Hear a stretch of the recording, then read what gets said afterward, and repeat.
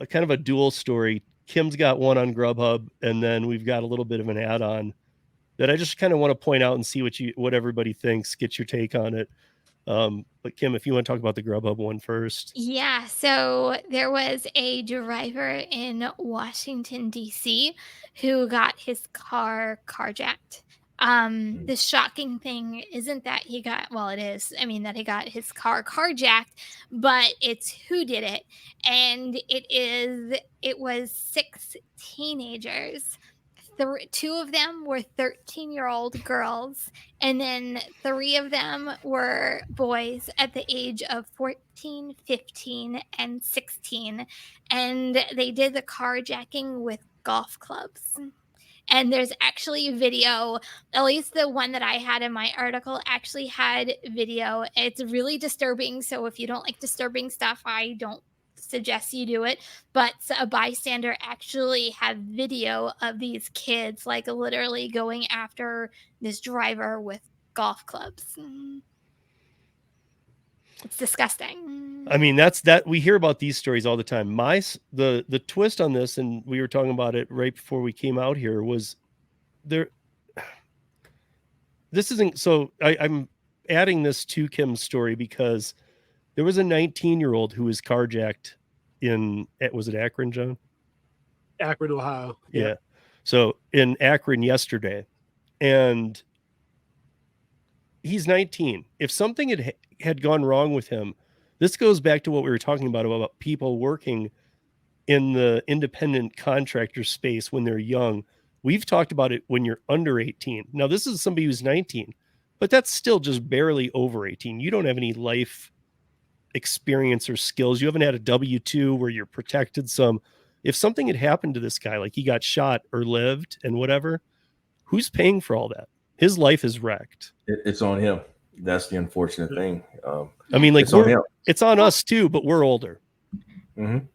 But like with teenagers driving for a lot of these companies, do they have the life experience to say you can take whatever you want? Like just take the car, take my keys, take my purse, take whatever you want, and I'll just be over here. Like I don't know whether they have the life experience to be smart about if something bad has happened to them. You know what I'm saying? Like I worry about kids in life experience when they're doing this. I mean, yeah. I mean, it's like, look, if you had to have a W-2 till you were 25, you would understand W-2. You'd understand the protections you have by it. And then if you were like, wait a minute, I kind of like this idea of being out on my own, though. That seems a little more realistic than just coming out of high school and going, I'll just do DoorDash. Because if something happens to you, you don't really have life experience. You don't. Yeah. Well, you know what though? It's interesting to say, well, get out of high school, I'll just do DoorDash. I don't think that's somebody's life ambition to be doing DoorDash or Grubhub or Uber Eats. No.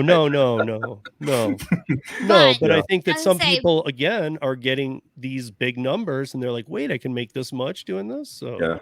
And that's the other side to it. Yeah. Mm-hmm. I think kids a lot of times say, oh my God, I'm making say they start this as part-time as a kid at the age of 18, and then all of a sudden they're pocketing like $20 an hour, $25 an hour. They're like, why am I not doing this full time? And then it snowballs, and then they become app driven, and that's kind of like how it goes, because they think the immediate, like, oh my God, I have money in my pocket. I can go to a club. I can go get this outfit. I can go, go get my Coach purse, and I'm good to go. Not realizing the lasting effects and how it affects their future.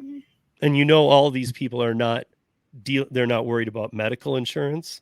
They're not doing expenses on their vehicle. They're not figuring in gas. At that age, they can still be on mommy's and daddy's insurance. That's what I'm saying.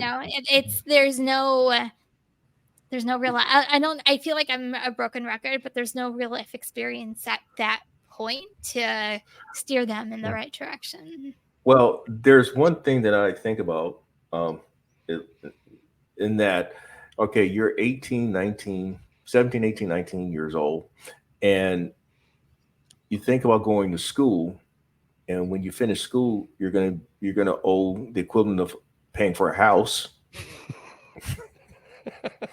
or more. Or Right. And okay, then you try to find a job, and then now nobody wants you. I can speak to the fact with my daughter who has a master's and a year and a half having worked towards a doctorate, and she's having a hard time finding work, at least something that's suitable.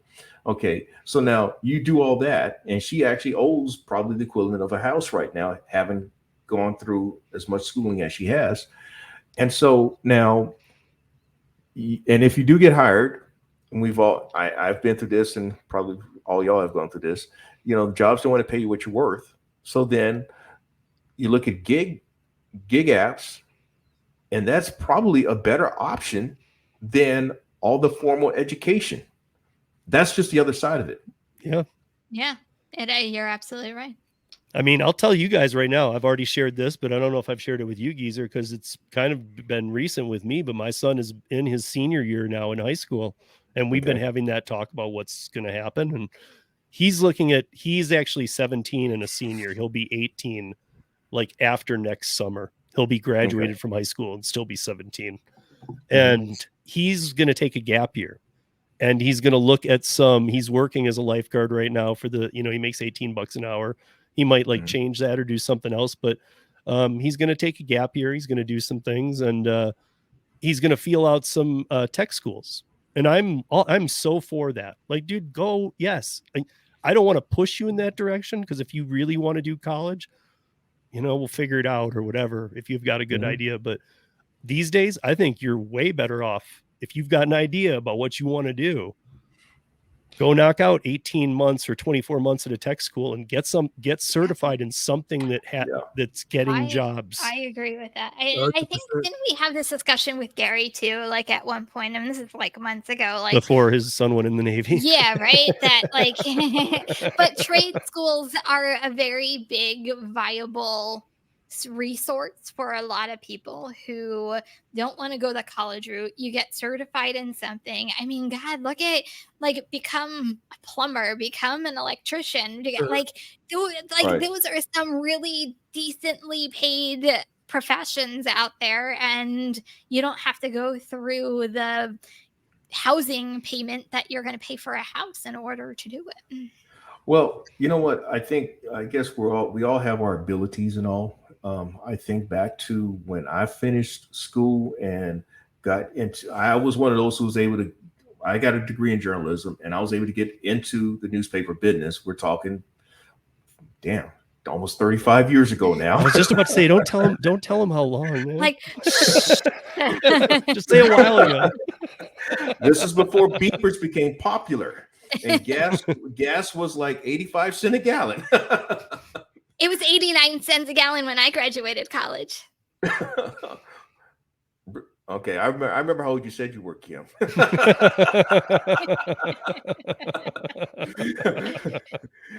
But anyway, what I'm getting at is my first newspaper job paid $225 a week.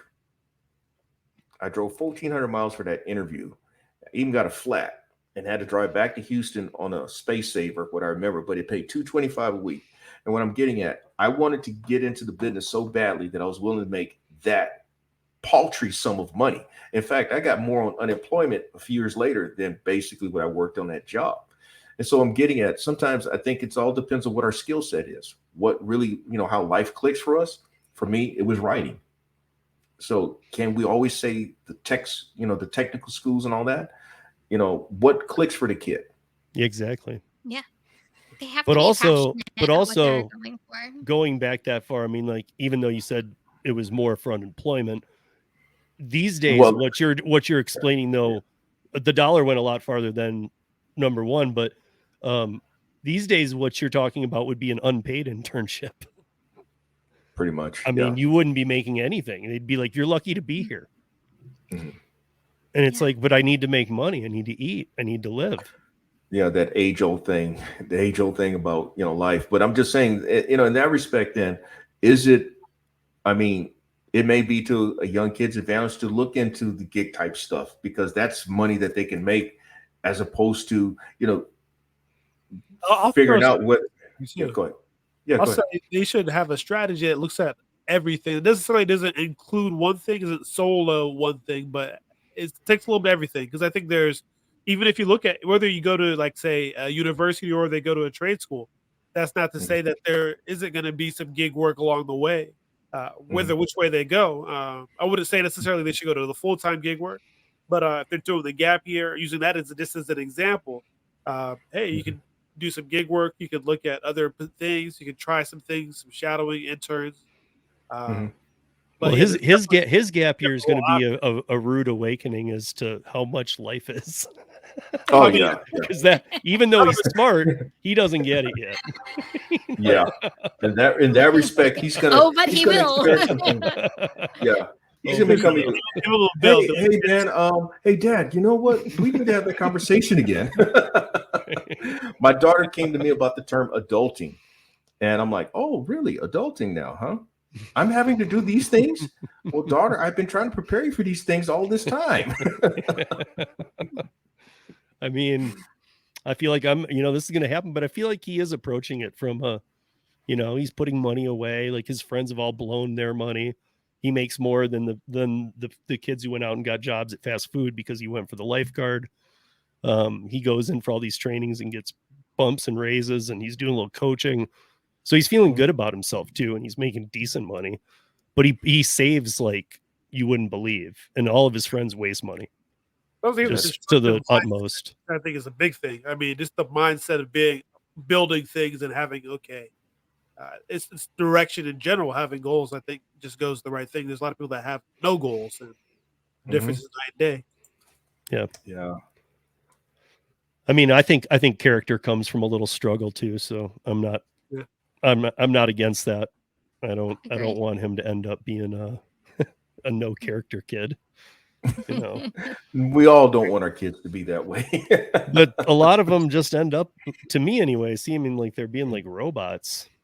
I think we all want our kids to be book smart and street smart at the same time. Like you want to have that level of common sense and, know what life is and what can come your way. And I think as parents, you try to prepare as much as you possibly can for that. But at some point, You gotta learn for themselves. I only have a 6-year-old, but I can't even, imagine, yet going through high schooler. But it went really quick. So, I mean, you got to remember his freshman year in high school, we spent the entire year in a house locked in together during the pandemic.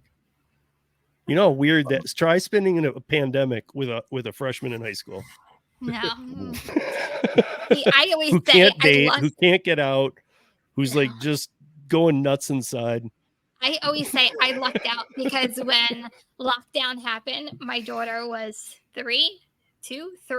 So like we just took her out of daycare and it was like, okay, I'm with mommy and daddy for X amount of time. Like it never even registered what was really happening. So I'm actually really grateful that was like the time frame of like her life that we went through when we